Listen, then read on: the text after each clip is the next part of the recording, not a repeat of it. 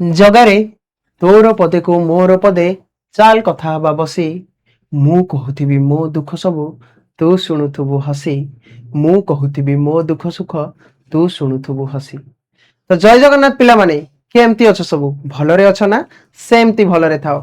मु तम मानकर प्रिय सौरभ सार तम मानक पई नै आसीचे आ गोटे नुआ सुंदर वीडियो। आमे पढिथिले सभ्य जमीदार गोटे जमीदार कर पुओ किपरि इंग्रेजी शिक्षा लाभ कला परे जेतेबेले कुसंस्कार को दूर करिबा पई सभ्यता समाज रे स्थापन करिबा पई किपरि निजे कुसंस्कार भितरे जड़ित हुए आउ जो घास कटा घोड़ा चढ़े आउ घोड़ा कटा घोड़ा चढ़ा घास काटे नीति रे किपरि से शेष रे गोटे आसाम रो चाहा बगीचा रे रोषया काम करिबा को भी सुजोग पाए से कथा आमे पढ़िले। मां को अतिष्ठ करी जे गोटे पटे कुसंस्कार रो कथा कहूथिला सी अन्य पटे निज मां मध्य घर चली गला परे से मां को घर को आनिबा पई थरे मध्य चेष्टा करिनी जे कुसंस्कार दूर करिबा नाम रे नारी सशक्तिकरण करिबा को चेष्टा करूथिला सी अन्य पटे निज घरे मद माछर आसर जमौथिला। तो एमिति गोटे अद्भुत चरित्र विषय रे चित्रण करथिले व्यासकवि फकीर मोहन सेनापति तांको रचित गल्प स्वल्प जो ऊनविंश शताब्दीर सामाजिक जीवन चाली चलनी आचार व्यवहार उपरे पर्यवेसित सभ्य जमीदार गप आउ से गल्प स्वल्प बहिर प्रथम भागर एई गप होउची षष्ठ गप। ए सभ्य जमीदार गप को आमे पढ़िले ताकू बुझिले आउ मु जेपरि कहिथिली तमे तमरो दैनंदिन जीवन रे से गपरु ग्रहण करिथिबा शिक्षा को निज काम गुड़िक नियोजित करइबो। इंग्रेजी शिक्षा करुथुबा व्यक्तिर गर्व अहंकार दिने केमिति ता पतनर कारण हैला से विषय मध्ये हमें पढ़िली। तो एबे हमर कर्तव्य होउची कोन ना हमें जहाँ भी पढ़ीचे ताको पुणी थरे स्मरण करिबा केमिति ना प्रश्न उत्तर आलोचना करी। तो चलो हमें प्रश्न उत्तर आलोचना करिबा। प्रथम प्रश्न कोन रहिछि क विभाग रहिछि संक्षिप्त उत्तरमूलक प्रश्न चारि गोटी संभाव्य उत्तर मध्यरु ठीक उत्तरटी बाछि लेख। जो चारि गोटी संभाव्य उत्तर रहिछि सेठु हमें कोन करिबा ना ठीक उत्तरटी बाछि लेखिबा। प्रथम प्रश्न कोन रहिछि पिला माने प्रथम प्रश्न रहिछि कलिकता आमदानी माल मध्यरे किए प्रधान थिला। कलिकतारु जो माल गुडाक आमदानी करा जाउथिला से माल गुडाक भितरे किए प्रधान थिला। सबाई घास धुआ पत्र हलदी पत्र तेजपत्र। तो कलिकतारु जो माल आमे आमदानी करुथिले सेथिरे प्रधान थिला धुआ पत्र। किए प्रधान थिला ना धुआ पत्र। आमे पढ़िथिले जे कलिकतारु धुआ पत्र आसी बालेश्वर रहउथिला बालेश्वर समग्र उत्कल को चालान होउथिला। परवर्ती प्रश्न महाजन बाबू बलराम बळंकर घर ओडिसार केउ अंचल रे। जो महाजन थिले बाबू बलराम बळ थिले तांको घर केउ अंचल रे थिला ओडिसार ना जाजपुर अंचल रे। जदियो जाजपुर अंचल रे थिला किंतु तांको गामर नाम तांकर गाँर नाम काहाको जणा नथिला। परवर्ती प्रश्न महाजन बलराम जणे सौदागर ठारू केउ मोहर किनिथिले। महाजन बलराम बळ जो व्यवसायी ठू सौदागर ठारू को मोहर किनिथिले ना आकबरी मोहर किनिथिले। आकबरी मोहर जोटा हजि जाइथिला परवर्ती समय रे गोपाल तांको देई तांको विश्वास भाजन जितेथिला आउ सामान्य गोपाल रु पालटी जाइथिला बाबू गोपाल चंद्र महापात्र आउ साना बाबू। तापर कोन हला ना बाबू बलराम बळंको चाकर नाम कोन थिला गोविंदा माधुआ पदिया विदिया।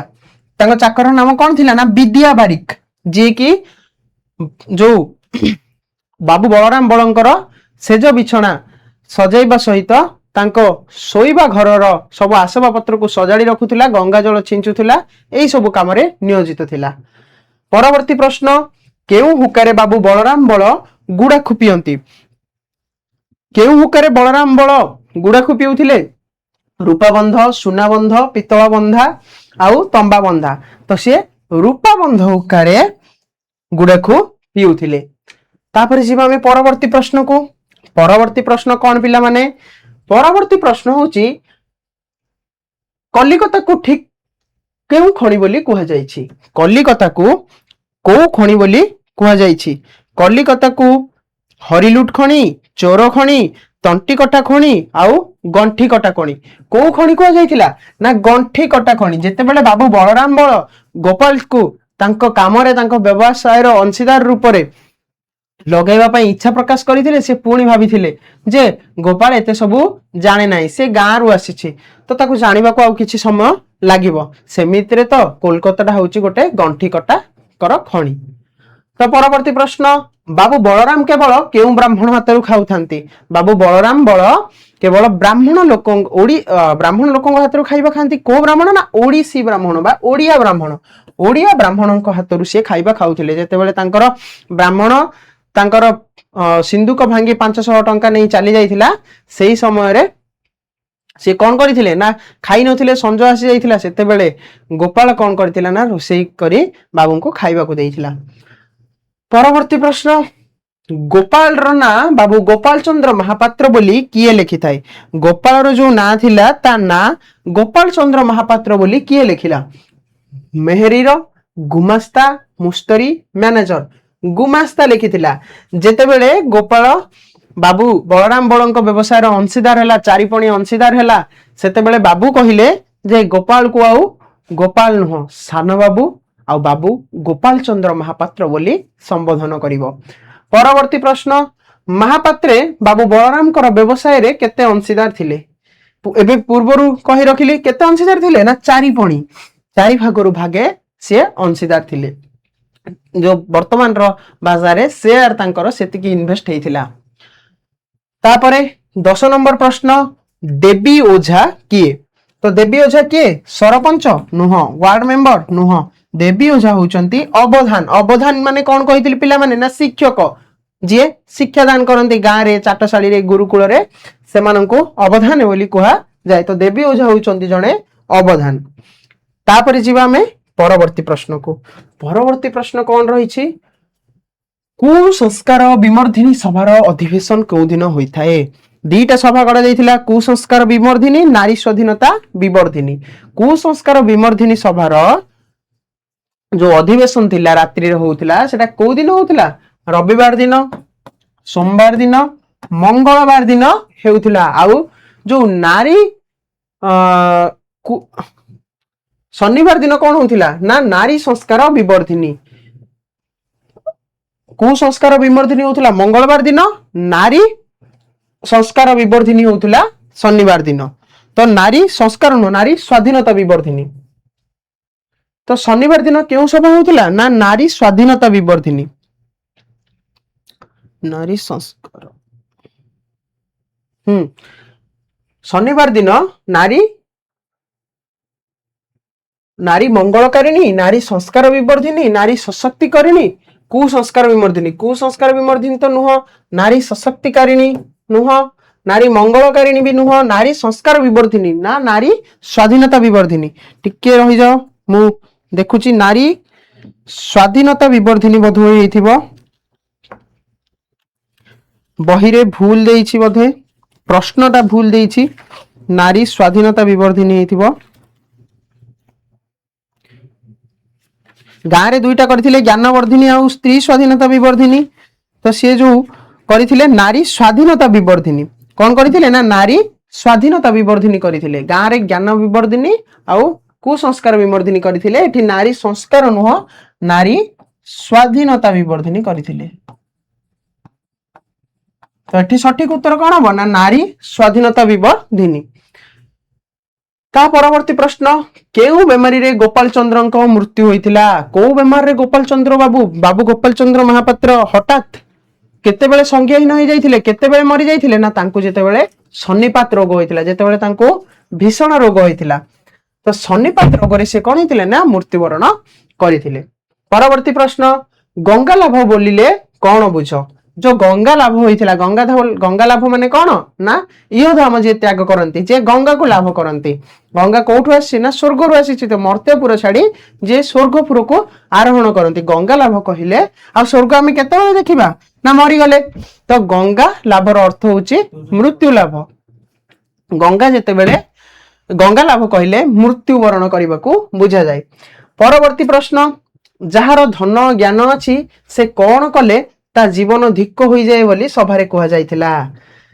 जदि जनकर धन अच्छी आ ज्ञान अच्छी ताहले कौन कले ता जीवन धिक्क हो जिवो ना सीए जदि चाकरी करिवो, जार धन अच्छी ज्ञान अच्छी जे महाजन घर पुओ सी जदि चाकरी कला ता जीवन धिक्क धिक्क बोली कहिथिले किए हरिबोल पटनायक कहिथिले। तो चाकरी जदि से कला ता जीवन धिक्क हो जाए। परवर्ती प्रश्न को जिबा। परवर्ती प्रश्न कौन कहिछि ना केउ नाम सुनी नुआ जमीदार को मन भारी खुशी होई गला। सभार नाम शुणी कहीं से सभा प्रति पागल कोलकाता रे रहुथुवा समय रे दी दीटा सभा करथिले। जेतेबेले गाँ को आछंती गाँ लोक संबर्धना देबे तांको संबर्धना पई जेतेबेले तांको निमंत्रित कराउछि गोटे सभा को सभा कथा सुनी तांको मन खुशी हेई जाइछि। 17 नंबर प्रश्न कौन ना तालुको किणा ठारू रंगाधर महांती केउ काम रे थिले। मुख्य गुमास्ता छामुकरण ना सेठ पांजिया ना गदी सरकार। तो सी थिले सेठ पांजिया काम रे सेठ पांजिया काम रे सी नियोजित थिले। परवर्ती प्रश्न, तालुको मध्य केउ ग्रामटी सबुठारु बड़ थिला। जो तालुको थिला जो अंचल थिला जो अंचल जमीदार सी थिले से जमीदार अंचल रे को गांटी सबुठु बड़ थिला। मदनपुर, मानपुर, नरणपुर, श्यामपुर, श्यामपुर बोली जो ग्राम थिला से श्यामपुर ग्राम ही थिला से तालुको भितरे सबुठारु बड़ गां। तापर 19 नंबर प्रश्न, नुआ जमीदार बाबू श्यामपुर ग्राम रे केउ लोकन को खोजी बसिथिले। जो नुआ जमीदार बाबू थिले से कौन करुथिले केउ लोकन को खोजुथिले जेतेबेले सभा को जाइथिले। शिक्षित बेकार को की ना शिक्षित समाज सेवी को की ना शिक्षित समाज संस्कार को की ना शिक्षित कुसंस्कार वर्जित। शिक्षित कुसंस्कार वर्जित मन रख तम मन रे द्वंद्व उपजीव। शिक्षित कुसंस्कार वर्जित मु कहि रखुची सभ्य जमीदार विषय रे नारी स्वाधीनता विवर्धिनी आउ कौन ना कुसंस्कार विमर्दिनी। नारी स्वाधीनता विवर्धिनी कुसंस्कार विमर्दिनी एई दुईटा तम मन रे बारंबार संदेह उपजीव द्वंद्व उपजीव जे कोटा को दिन होउतला बा को सभा कोलकाता रे होउतला को सभा गां रे होउतला। तो बारंबार एगुडा को मन रखिबा को चेष्टा करो नले कंठस्थ करि दियो ताको टिके घोषी दियो। 20 नंबर प्रश्न, ए देशर दुख दुर्दशार कारण खोजिले ताहा केउपरि जनाजिब बोली नुआ जमीदार वक्तृता रे कहिथिले। जो नुआ जमीदार भाषण देइथिले जदि ए देश रे दुख दुर्दशार कारण खोजा जिवो ताहले नुआ जमीदार दुख दुर्दशा कहले ताहा केउपरि जनाजिब कोन बोली देखा जिवो बोली जमीदार कहिथिले। डाहाणी आलुओ परिकी नुह, संज आलुओ परिकी नुह, आतसबाजी आलुओ परिकी नुह, को आलुओ परि ना लंठन आलुओ परि। लंठन आलुओ परि बधुए देखा जीव बोली सी कहिथिले। सॉरी संज नुह पिला माने लंठन आलुओ नुह दिन आलुओ परि देखा जीव। आ दिन आलुओ परि जेहेतु देखा जीव बोली सी एठी से विषय उल्लेख करथिले। एटा संज आलुओ नुह दिन आलुओ।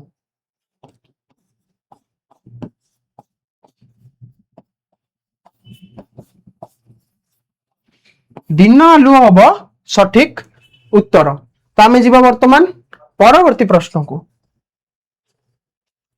परवर्ती प्रश्न रही 21 नंबर प्रश्न कौन बिला माने ना सुशिक्षित जमीदार महोदय प्रस्ताव को किए द्वितीय करथिले।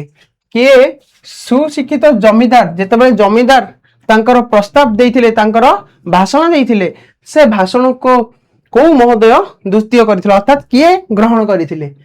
गाल्धव पट्टनायक की ना बल्लभ राय की ना हरिबोल पट्टनायक जो सब पोस्टमास्टर थिले जे चाकरी बहिष्कृत होइथिले लांच नेबारे जदिओ सेटा मिछ थिला परे मजिस्ट्रेट जानला परे तांको पुणी थरे चाकरी देइथिले किंतु पर अधीन रे चाकरी करिवे नाही बोली कहि जे स्वाधीनता खोजिबा पई चाकरी छाडी देइथिले से होचंदी हरिबोल पट्टनायक। आ हरिबोल पट्टनायक से कथा को ग्रहण करथिले। नुआ जमीदार को विवाह पई केउठारे कन्या ठीक होइथिला। नुआ जमीदार जो राजीव लोचन जेतले बाहार होइतला तार जो स्त्री किए हबो बा कन्या किए हबो ता पई कोठी कन्या ठीक होइतिला ना कलिकता रे कोलकाता रे ताको खोजा जाइतिला। कन्या पिता मकरा मल्लिक आसाम रो चा बगीचा रे पदोन्नति पाई शेषरे कोन होइतिला।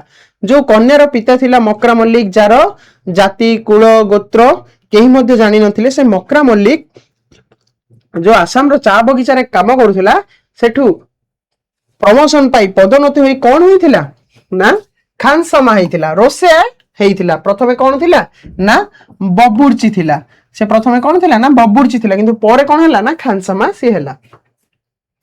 ତାପରେ 24 ନମ୍ବର ପ୍ରଶ୍ନ କଣ ନା ସାଆନ୍ତାଣୀଙ୍କର ବିଶ୍ୱାସ ପୋଇଲି କିଏ? ସାଆନ୍ତାଣୀଙ୍କର ବିଶ୍ୱାସୀ ପୋଇଲି, ବିଶ୍ୱାସୀ ଦାସୀ ସାଆନ୍ତାଣୀଙ୍କର କିଏ?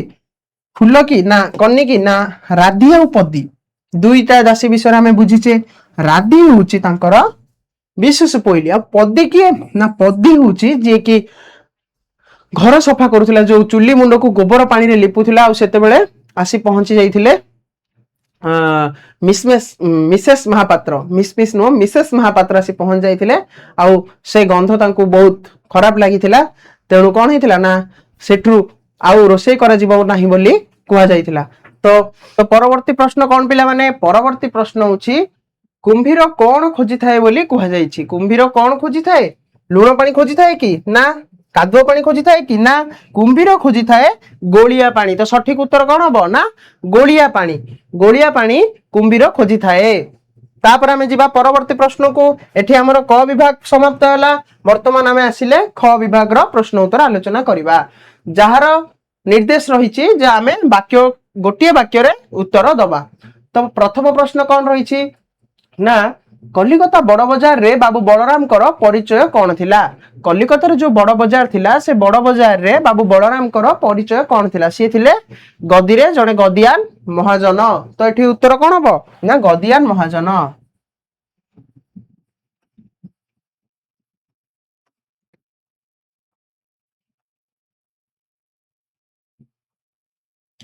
ପରବର୍ତ୍ତୀ ପ୍ରଶ୍ନ, ଦୋକ୍ତା କାରବାର କାହା ସହ ସମାନ ବୋଲି ମହାଜନେ କହିଛନ୍ତି? ଦୋକ୍ତା କାରବାର କାହା ସହିତ ସମାନ ବୋଲି ମହାଜନେ କହିଛନ୍ତି? ଦୋକ୍ତା କାରବାରକୁ କାହା ସହିତ ତୁଳନା କରିଥିଲେ ନା ଗୋଖର ସାପ ଖେଳାଇବା ସହିତ ତୁଳନା କରିଥିଲେ। ଦୋକ୍ତା କହିଲେ ତମ୍ବାଖୁ, ତମ୍ବାଖୁ କାରବାର ହଉଛି ବିଷାକ୍ତ ସାପକୁ ଖେଳାଇବା ଯାହା, ସେମିତି ଦୋକ୍ତା କାରବାର କରିବା ତାହା, ଯେମିତି ପାଦେ ପାଦରେ ବିପଦ ରହିଥିବ। ତ ଗୋଖର ସାପ ଖେଳାଇବା ସହିତ ତୁଳନା କରିଥିଲେ।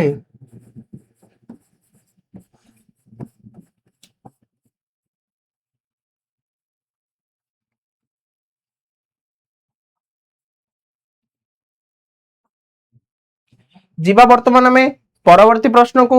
ପରବର୍ତ୍ତୀ ପ୍ରଶ୍ନ କଣ ରହିଛି? କଲିକତା ମାଲ ଆମଦାନୀ ରପ୍ତାନି କେଉଁଥିରେ ହଉଥିଲା? କଲିକତାରୁ ଯୋଉ ଧୂଆଁ ପତ୍ର ଆସୁଥିଲା ଆଉ ଉତ୍କଳର ସମଗ୍ର ଅଞ୍ଚଳକୁ ବଣ୍ଟା ଯାଉଥିଲା, ସେଟା କୋଉଥିରେ ହଉଥିଲା ନା ବାଲେଶ୍ୱରର ଜାହାଜରେ। ବାଲେଶ୍ୱର ସେଥିପାଇଁ କୁହାଯାଉଥିଲା ଯେ ବାଲେଶ୍ୱରୀ ଧୂଆଁପତ୍ର, ଯଦିଓ ବାଲେଶ୍ୱର ଲୋକ ଦେଖିନଥିଲେ ଧୂଆଁପତ୍ର, ତଥାପି ତା ନାଁ ହଉଥିଲା ବାଲେଶ୍ୱରୀ ଧୂଆଁପତ୍ର, କାହିଁକି ନା ସେ ବାଲେଶ୍ୱରରୁ ହିଁ ସମଗ୍ର ଉତ୍କଳକୁ ବଣ୍ଟା ଯାଉଥିଲା। ତ କଲିକତା ମାଲ ଆମଦାନୀ ରପ୍ତାନି ବାଲେଶ୍ୱରର ଜାହାଜରେ ହଉଥିଲା।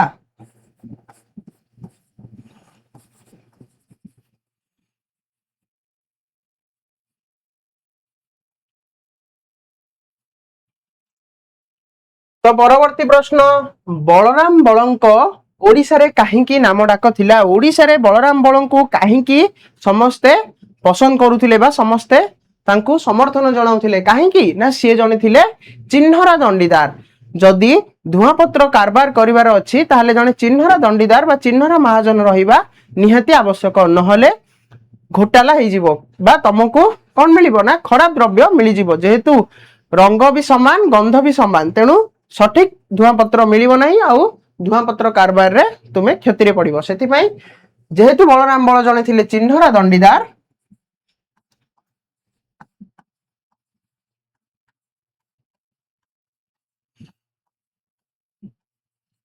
ସେଥିପାଇଁ କଣ ହେଲା ନା ତାଙ୍କର ଓଡିଶାରେ ଅଧିକ ନାମ ଡାକ ଥିଲା।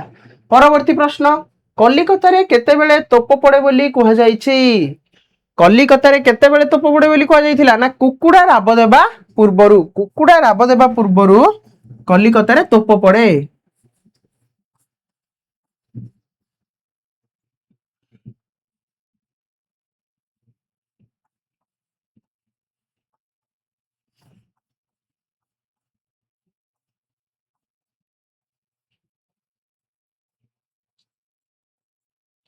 କୁକୁଡ଼ା ରାବ ଦେବା ପୂର୍ବରୁ କଣ ହୁଏ ନା କଲିକତାରେ ତୋପ ପଡେ, ଯାହା ଫଳରେ ଗଦିଆନ ମହାଜନ ଯୋଉ ହିନ୍ଦୁ ଧାର୍ମିକ ଗଦିଆନ ମହାଜନ ମାନେ ଥିଲେ ସେମାନେ କଣ କରନ୍ତି ନା ବିଭିନ୍ନ ଠାକୁର ଠାକୁରାଣୀଙ୍କୁ ଦର୍ଶନ କରି ଗଙ୍ଗାକୁ ଯାଇ ସ୍ନାନ କରି ବିଭିନ୍ନ ଠାକୁର ଠାକୁରାଣୀଙ୍କୁ ଦର୍ଶନ କରି ଧାର୍ମିକ କାର୍ଯ୍ୟ କରନ୍ତି।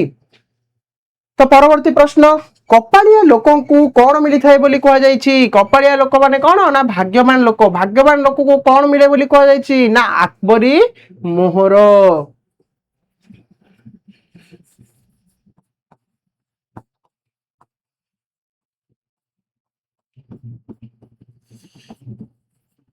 ଆକବରୀ ମୋହର ମିଳେ ବୋଲି କୁହାଯାଇଛି। ତ ପରବର୍ତ୍ତୀ ପ୍ରଶ୍ନ, କେଉଁ ଦିନ ଠାରୁ ଦିନକୁ ଦିନ ଗୋପାଳର ଘର ବଢୁଥିଲା? କୋଉ ଦିନ ଠାରୁ ଗୋପାଳର ଦିନକୁ ଦିନ ଘର ବଢୁଥିଲା ନା ଯେବେଠୁ ତାର ପହରା ପଡିଥିଲା। ପହରା ପଡିବା ଦିନଠୁ ଗୋପାଳର ଘର ବଢୁଥିଲା।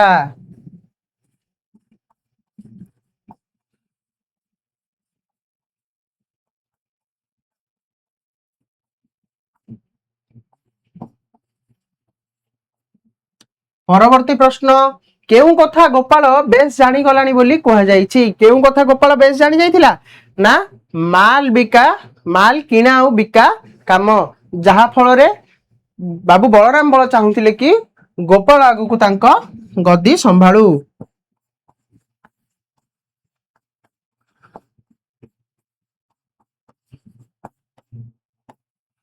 ମାଲ କିଣା ବିକା କାମ ଗୋପାଳ ଜାଣି ସାରିଲାଣି ବାବୁଙ୍କ ପାଖେ ପାଖେ ରହି। ଗୋପାଳ ବେପାରରେ ବାବୁ ବଳରାମ ବଳଙ୍କର କଣ ପରିଥିଲା? କଣ ପରିଥିଲା ନା ରାଇଟ ହ୍ୟାଣ୍ଡ ଥିଲା ବା ଡାହାଣ ହାତ ପରି ଥିଲା। ବାବୁ ବଳରାମ ବଳଙ୍କର ବେପାରରେ ଗୋପାଳ ଡାହାଣ ହାତ ପରି ଥିଲା।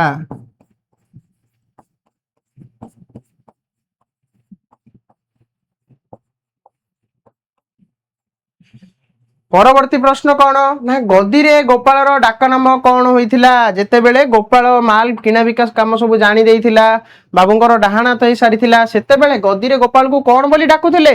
କଣ ବୋଲି ସମ୍ବୋଧନ କରୁଥିଲେ ନା ସାନ ବାବୁ। ଆଉ ତା ନାମ ଗୁମାସ୍ତା କଣ ଲେଖୁଥିଲେ ନା ବାବୁ ଗୋପାଳ ଚନ୍ଦ୍ର ମହାପାତ୍ର। ତ ଗୋପାଳର ଗଦିରେ ଡାକ ନାମ କଣ ଥିଲା ନା ସାନ ବାବୁ।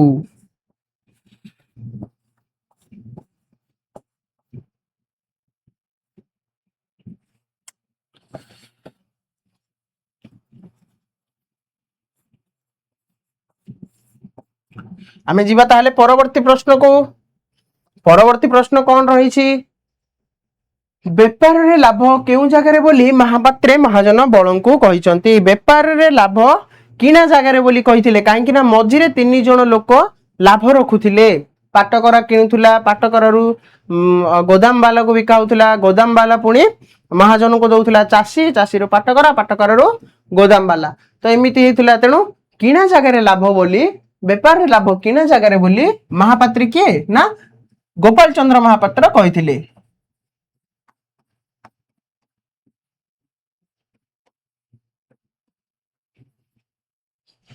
ତାପରେ ଆମେ ଯିବା ପରବର୍ତ୍ତୀ ପ୍ରଶ୍ନକୁ। ଗଦିର କେଉଁ ସବୁ କଥା ମହାପାତ୍ରଙ୍କ ହାତରେ ଥିଲା? ମହାପାତ୍ରଙ୍କ ହାତରେ ଗଦିରେ ଘଟୁଥିବା ଯୋଉ ମାମଲତ, ଯୋଉ ମାମଲା ଗୁଡାକୁ ବିଚାର କରିବା, ଆଉ ତହବିଲ ମାନେ ବ୍ୟବସାୟିକ ଯୋଉ ଚିଠା ପତ୍ର ରହୁଥିଲା, ଯୋଉ ଚୁକ୍ତିନାମା ରହୁଥିଲା ବା ଯୋଉ ବ୍ୟବସାୟିକ ଦ୍ରବ୍ୟ କିଣା ବିକା ହଉଥିଲା, ତାର ସମ୍ପୂର୍ଣ୍ଣ ସବିଶେଷ ତଥ୍ୟ କାହା ପାଖରେ ରହୁଥିଲା ନା ମହାପାତ୍ରଙ୍କ ପାଖରେ। ତ ଆମେ କଣ ଲେଖିବା ନା ଗଦିର ମାମଲତ ତହବିଲ କଥା ବୁଝୁଥିଲେ ମହାପାତ୍ର।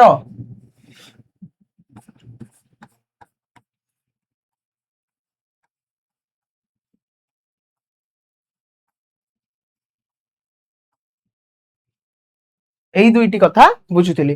ପରବର୍ତ୍ତୀ ପ୍ରଶ୍ନ, ବଳେ ତୁନି ହୋଇ ଗଦିରେ କଣ କରିଥାନ୍ତି ବୋଲି କୁହାଯାଇଛି? ଯେତେବେଳେ ଏ କଥା ସବୁ ବୁଝୁଥିଲେ, ବାବୁ ଗୋପାଳ ଚନ୍ଦ୍ର ମହାପାତ୍ର ଯେତେବେଳେ ସବୁ କଥା ବୁଝିବା ପାଇଁ ଯୋଗ୍ୟ ହେଇଗଲେ, ଆଉ ସେ ସବୁବେଳେ ଏ କଥା ବୁଝିଲେ, ଯୋଉ ମାମଲତ କଥା, ତହବିଲ କଥା, ଗଦି କଥା, କେମିତି କୋଉଠୁ ବ୍ୟବସାୟ କଲେ ଲାଭାଂଶ ମିଳିବ, ଏତେ ସବୁ ବୁଝିଲା ପରେ ବାବୁ ବଳରାମ ବଳ କଣ କରୁଥିଲେ ନା ବଳେ ତୁନି ହୋଇ ଗଦିରେ ବସି ମାଳା ଗଡାଉଥିଲେ।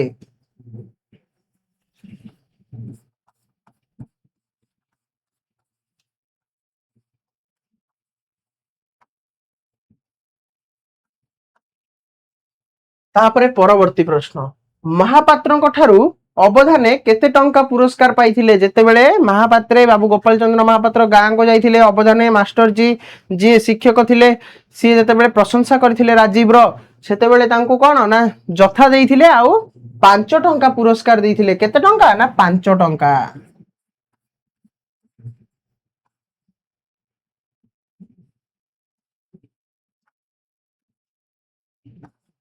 5 ଟଙ୍କା ପୁରସ୍କାର ଭାବରେ ଦେଇଥିଲେ।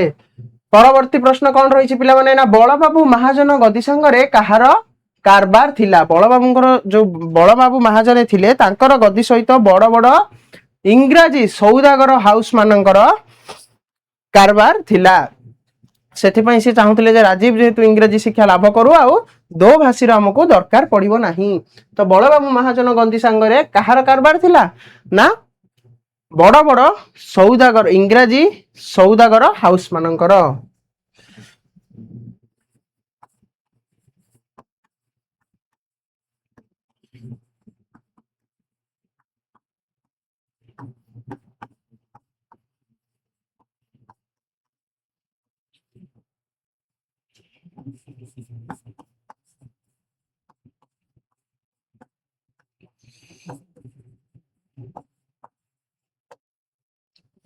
ତାପରେ ଯିବା ଆମେ ପରବର୍ତ୍ତୀ ପ୍ରଶ୍ନକୁ। ପରବର୍ତ୍ତୀ ପ୍ରଶ୍ନ କଣ ନା ଗଦିର ସରକାର କେଉଁଠାରେ ରାଜୀବ ବାବୁଙ୍କ ନାମ ଲେଖାଇ ଦେଇ ଆସିଥିଲେ?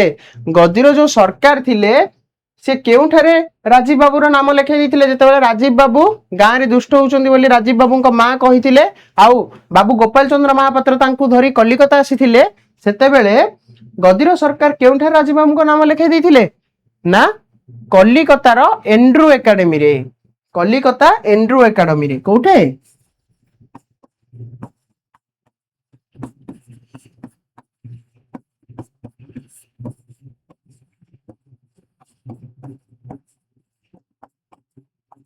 କଲିକତାରେ ଯୋଉ ଏଣ୍ଡ୍ରୁ ଏକାଡେମୀ ଥିଲା ସେ ଏଣ୍ଡ୍ରୁ ଏକାଡେମୀରେ ସେ ପାଠ ପଢିବେ ବୋଲି ନାମ ଲେଖାଇ ଦେଇଥିଲେ।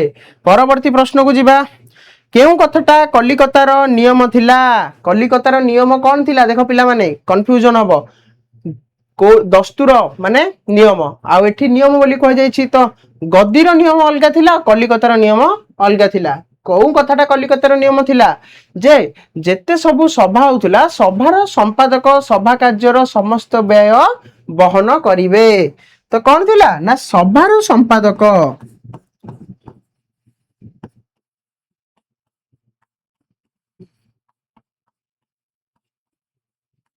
ସଭାର ସମ୍ପାଦକ ସଭାର ସମସ୍ତ ବ୍ୟୟ ବହନ କରିବେ। ଯେହେତୁ ରାଜୀବ ଲୋଚନ ଥିଲେ କଲିକତାର ଦୁଇଟି ସଭାର ସମ୍ପାଦକ। କଣ ଥିଲା ସେଇ ଦୁଇଟା ସଭା ନା କମେଣ୍ଟ ସେକ୍ସନ ରେ ଜଣେଇବ। ତାପରେ ଯିବା ଆମେ ପରବର୍ତ୍ତୀ ପ୍ରଶ୍ନକୁ। ପିତାଙ୍କ ମୃତ୍ୟୁରେ କେଉଁ କଥାଟା କୁସଂସ୍କାର ବୋଲି ରାଜୀବ ଲୋଚନ କହିଛନ୍ତି? ଯେତେବେଳେ ପିତାଙ୍କର ମୃତ୍ୟୁ ହୋଇଥିଲା ସେତେବେଳେ କୋଉ କଥାଟାକୁ କୁସଂସ୍କାର ବୋଲି ରାଜୀବ ଲୋଚନ କହିଥିଲା ନା ତାଙ୍କୁ ମନ ପକାଇ ବାହୁନି କାନ୍ଦିବାକୁ ମାନେ ଡାକ ପକାଇ କାନ୍ଦିବାଟାକୁ କୁସଂସ୍କାର ବୋଲି କହିଥିଲା। ଯେତେବେଳେ ସେ ମରି ଯାଇଥିଲେ ତାଙ୍କ କଥା ମନ ପକାଇ ଲୋକମାନେ କାନ୍ଦୁଥିଲେ ସେଇ କଥାଟାକୁ କୁସଂସ୍କାର ବୋଲି ରାଜୀବ ଲୋଚନ କହିଥିଲା। ପିତାଙ୍କ ମୃତ୍ୟୁରେ ଡାକ ପକାଇ କାନ୍ଦିବାକୁ।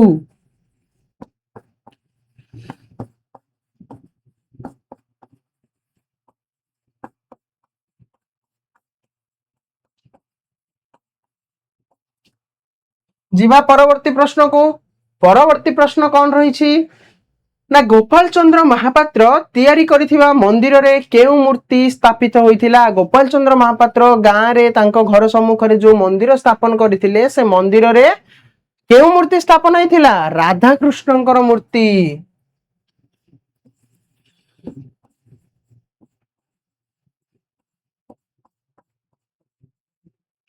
ରାଧାକୃଷ୍ଣଙ୍କର ମୂର୍ତ୍ତି ସ୍ଥାପନ କରାଯାଇଥିଲା।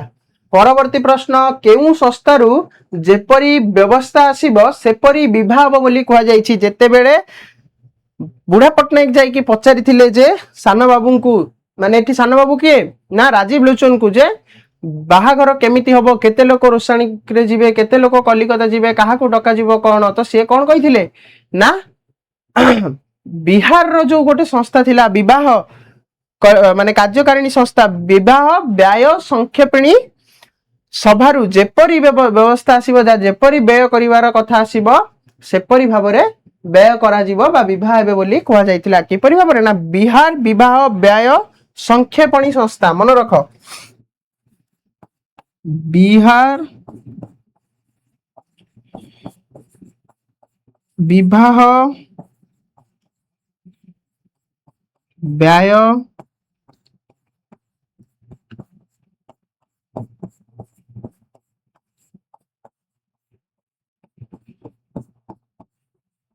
ସଂକ୍ଷେପଣୀ ସଂସ୍ଥା। ବିହାର ଯୋଉ ବିବାହ ମାନେ ବର୍ତ୍ତମାନ ଯୋଉ ଆମେ ବାହାଘର କଲେ ଯୋଉ ଡେଷ୍ଟିନେସନ ୱେଡିଂ କରୁଛେ ବା ବିବାହକୁ କ୍ୟାଟରିଂ ଦଉଛେ ବା ବିଭିନ୍ନ ପ୍ରକାର ଇଭେଣ୍ଟ କୁ ଦେଇ ଦଉଛେ, ସେମାନେ କଣ କରୁଛନ୍ତି ନା ଆମର ମ୍ୟାରେଜ କେମିତି ହବ, ବାହାଘର କେମିତି ହବ, କେତେଟା ଡ୍ରୋନ୍ ଲାଗିବ, କେତେଟା କ୍ୟାମେରା ଲାଗିବ, ପ୍ୟାଣ୍ଡେଲ କେମିତି ସଜା ହବ, ବିବାହ ମଣ୍ଡପ କେମିତି ସଜା ହବ, କଣ କଣ ଖାଇବାକୁ ହବ, ଷ୍ଟାର୍ଟରରେ କଣ ହବ, ମେନ୍ କୋର୍ସରେ କଣ ହବ, ଏଇ ସବୁ କଥା ଯେହେତୁ ସବୁ ବୁଝୁଛନ୍ତି। ଠିକ ସେଇ ସମୟରେ କଣ ଥିଲା ନା ବିହାରର ବିବାହ ବ୍ୟୟ ସଂକ୍ଷେପଣୀ ସଂସ୍ଥା ନାମରେ ଗୋଟେ ସଂସ୍ଥା ଥିଲା, ଯିଏ କି ବିବାହ କେମିତି ହବ ତା ପ୍ରତି ଚିଠା ପ୍ରସ୍ତୁତ କରୁଥିଲା। ତ ଏଠି କଣ ହେଇଛି ନା ବିହାରର ବିବାହ ବ୍ୟୟ ସଂକ୍ଷେପଣୀ ସଂସ୍ଥାରୁ ଯେପରି ଚିଠା ଆସିବ ବା ଯେପରି ବ୍ୟବସ୍ଥା ଥିବ ସେପରି ବିବାହ ହବ ବୋଲି ରାଜୀବ ଲୋଚନ କହିଥିଲେ। ତ ଯିବା ପରବର୍ତ୍ତୀ ପ୍ରଶ୍ନକୁ। ପରବର୍ତ୍ତୀ ପ୍ରଶ୍ନ କଣ ରହିଛି, କଲିକତା ଗୋଟିଏ ବିଚିତ୍ର ଜାଗା ବୋଲି କାହିଁକି କୁହାଯାଇଛି? କଲିକତା ଗୋଟିଏ ବିଚିତ୍ର ଜାଗା ବୋଲି କାହିଁକି କୁହାଯାଇଛି ନା କଲିକତାରେ ଟଙ୍କା ଦେଲେ ସବୁ ମିଳେ, କେବଳ ବାପା ମାଙ୍କ ଛଡା। ତ ବାପା ମାଙ୍କ ଛଡା ଟଙ୍କା ଦେଲେ କଲିକତାରେ ସବୁ ମିଳୁଥିବାରୁ କଲିକତାକୁ ଗୋଟେ ବିଚିତ୍ର ଜାଗା ବୋଲି କୁହାଯାଇଛି।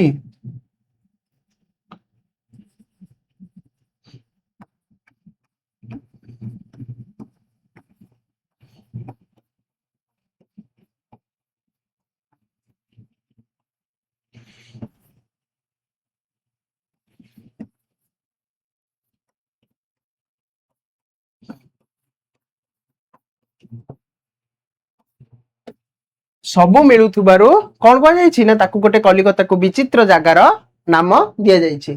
କଲିକତାର ମହାଜନ ସଭ୍ୟ ଜମିଦାରଙ୍କୁ 10,000 ଟଙ୍କା କରଜ ଦେଇଥିଲେ କିପରି? ଯେତେବେଳେ ରାଜୀବ ଲୋଚନ ବିବାହ କରୁଥିଲେ ସେତେବେଳେ ତାଙ୍କ ପାଖରେ ଆଉ ଟଙ୍କା ନଥିଲା। ଟଙ୍କା ପାଇଁ ସେ ଯେତେବେଳେ କରଜ ଆଣିଥିଲେ ନିଜ ବାପାଙ୍କର ଜମିଦାରୀକୁ କଣ କରିଥିଲେ ନା ସେଇ ଯେମିତି ଆମେ କିଛି ପଇସା ରଖନ୍ତି, କିଛି ଟଙ୍କା ରଖି ପଇସା ନୁହଁ, ଆମେ କିଛି ଟଙ୍କା ରଖି କରଜ ଆଣନ୍ତି ବା ଧାର ଆଣନ୍ତି, ଠିକ ସେଇପରି ତାଙ୍କର ଯୋଉ ଜମିଦାରୀ ଥିଲା ସେ ଜମିଦାରୀକୁ ବନ୍ଧା ପକେଇ ଦେଇଥିଲେ।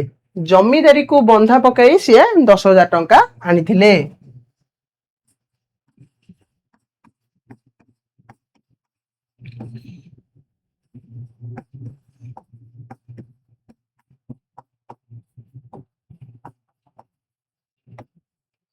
ପରବର୍ତ୍ତୀ ପ୍ରଶ୍ନ କଣ ନା ପୁଅ ବୋହୂ ହାତ ଧରା ଧରି ହୋଇ କୁଆଡେ ବାହାରିଥିବାର କୁହାଯାଇଛି?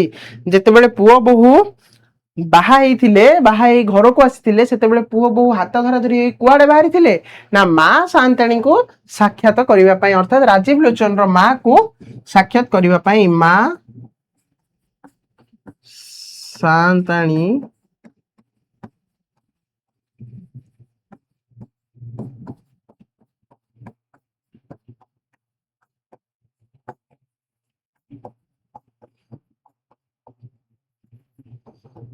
କରିବା ପାଇଁ, ମା ସାଆନ୍ତାଣୀଙ୍କୁ ସାକ୍ଷାତ କରିବା ପାଇଁ ସେମାନେ ହାତ ଧରା ଧରି ବାହାରିଥିଲେ। ମା ସାଆନ୍ତାଣୀ କେଉଁ କଥା ଶୁଣି ଚମକି ପଡି ଠିଆ ହୋଇଗଲେ? ମା ସାଆନ୍ତାଣୀ ଯେତେବେଳେ ଦେଖିଲେ ବୋହୂର ଗୋଡରେ ଲେଡି ଜୋତା ପିନ୍ଧି ସିଏ କଣ କରିଛି ନା ମନ୍ଦିର ଭିତରକୁ ପ୍ରବେଶ କରିଛି। ବୋହୂ ଲେଡି ଜୋତା ପିନ୍ଧି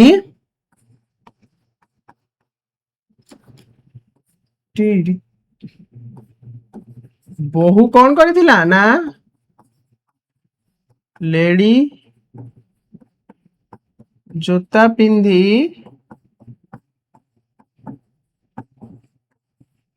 ଠାକୁର ଘରକୁ ବା ମନ୍ଦିରକୁ ପ୍ରବେଶ କରିଥିଲା।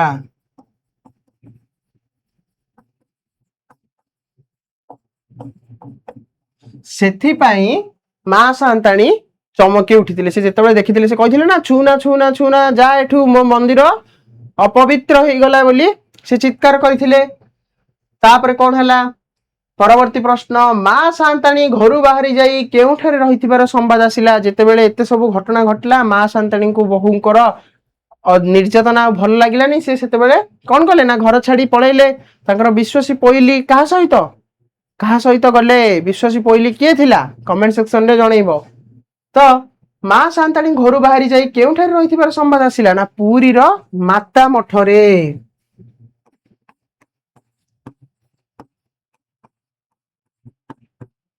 ପୁରୀ ମାତା ମଠରେ ରହିଥିବାର ସମ୍ବାଦ ଆସିଲା। ପରବର୍ତ୍ତୀ ପ୍ରଶ୍ନ, ବୋହୂ ସାନ୍ତାଣୀଙ୍କୁ କେଉଁ ନାମରେ ଡାକିବାକୁ ଜମିଦାର ବାବୁ ଚାହୁଁଥିଲେ? ବୋହୂ ସାନ୍ତାଣୀ କିଏ? ନା ରାଜୀବ ଲୋଚନର ସ୍ତ୍ରୀ। ରାଜୀବ ଲୋଚନର ସ୍ତ୍ରୀକୁ ଯେତେବେଳେ ସମସ୍ତେ ମା ସାନ୍ତାଣୀ ବୋଲି ଡାକୁଥିଲେ ବା ବୋହୂ ସାନ୍ତାଣୀ ବୋଲି ଡାକୁଥିଲେ, ସେତେବେଳେ ରାଜୀବ ଲୋଚନ କହିଥିଲା ଯେ ମୋ ସ୍ତ୍ରୀକୁ କଣ ଡାକ? ନା ମିସେସ୍ ମହାପାତ୍ର। ସେଥିପାଇଁ ଅନ୍ୟ ସମସ୍ତଙ୍କ ପାଟିରେ ସେ ନାଁ ହଉନଥିଲା, କିଏ ମିସ୍, କିଏ କିସମିସ୍, କିଏ ଫିସ୍, କିଏ ମିସ୍ତ୍ରୀ ମହାପାତ୍ର ବୋଲି ଡାକୁଥିଲେ। ତ ବୋହୂ ସାନ୍ତାଣୀଙ୍କୁ କେଉଁ ନାମରେ ଡାକିବାକୁ ଜମିଦାର ବାବୁ କହୁଥିଲେ? ନା ମିସେସ୍ ମହାପାତ୍ର।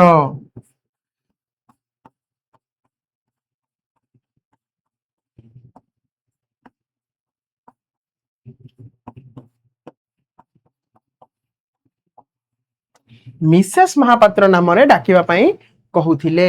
ପରବର୍ତ୍ତୀ ପ୍ରଶ୍ନ କଣ? ନା ଗୋରୁ ଗୁହ କେଉଁଠି ଢଳ ଯାଇଛି ଶୁଣି ଜମିଦାର ବାବୁ ଖପା ହୋଇଥିଲେ?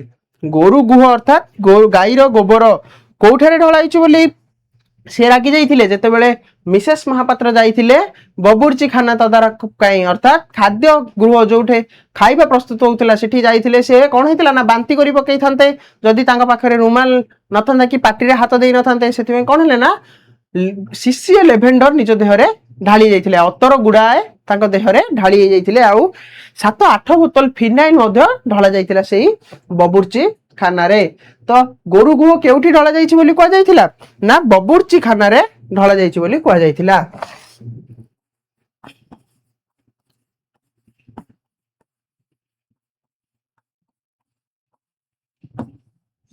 ପରବର୍ତ୍ତୀ ପ୍ରଶ୍ନ, ମିଷ୍ଟର ଓ ମିସେସ୍ ମହାପାତ୍ର ଘରେ ଆଉ ରହିପାରିଲେ ନାହିଁ କାହିଁକି?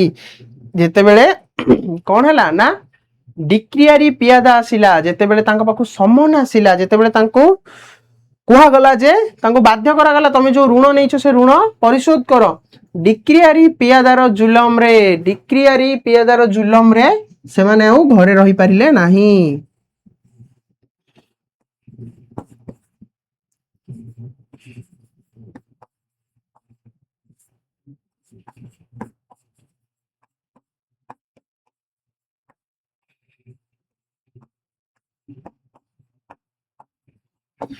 ଡିକ୍ରିଆରୀ ପିଆଦା ଯେତେବେଳେ ଜୁଲମ କଲା, ସେ ଜୁଲମ ଫଳରେ ସେମାନେ ଆଉ ଘରେ ରହିପାରିଲେ ନାହିଁ। ପରବର୍ତ୍ତୀ ପ୍ରଶ୍ନ କଣ? ନା ଜମିଦାର ବାବୁ 5-6 ବର୍ଷ ପରେ କଣ କରୁଥିବାର ଶୁଣା ଯାଇଥିଲା?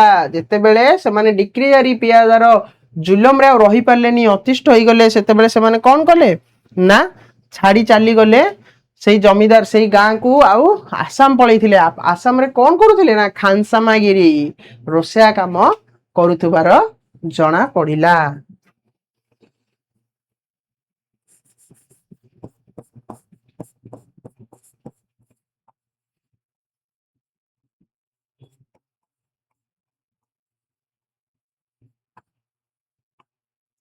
ଆସାମରେ ଖାନସାମାଗିରି କରୁଥିବାର ଜଣା ପଡିଲା।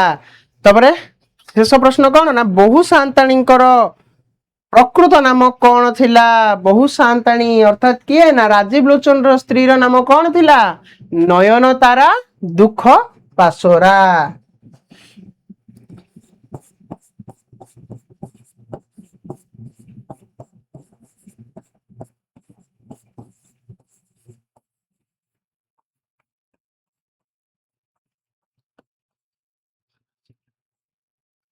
ନୟନତାରା ଦୁଃଖ ପାଶୋରା ଅର୍ଥାତ୍ ସେ କଣ ନା ତାଙ୍କର ଯେତେବେଳେ ମକ୍ରା ମଲ୍ଲିକର କୌଣସି ବିବାହର କେତେ ବର୍ଷ ପରେ, 30 ବର୍ଷ ପରେ ମଧ୍ୟ କୌଣସି ସନ୍ତାନ ସନ୍ତତି ହେଇନଥିଲା। ସେମାନେ ବିଭିନ୍ନ ପ୍ରକାରର ପୂଜା ପଦ୍ଧତି କରି, ତ୍ରିନାଥ ମେଳା, ଗ୍ରାମ ଦେବତୀ ମାଜଣା, ଏମିତି ଅନେକ ପୂଜା ବିଧି କରି कन्या संतानटीए लाभ करथिले तेणु नयन तारा बोली जने संबोधन करुथिले आउ जने संबोधन करुथिले दुख बासरा सेथिपई जो बहु सांतानी थिले तांकर प्रकृत नाम होइथिला नयन तारा दुख बासरा।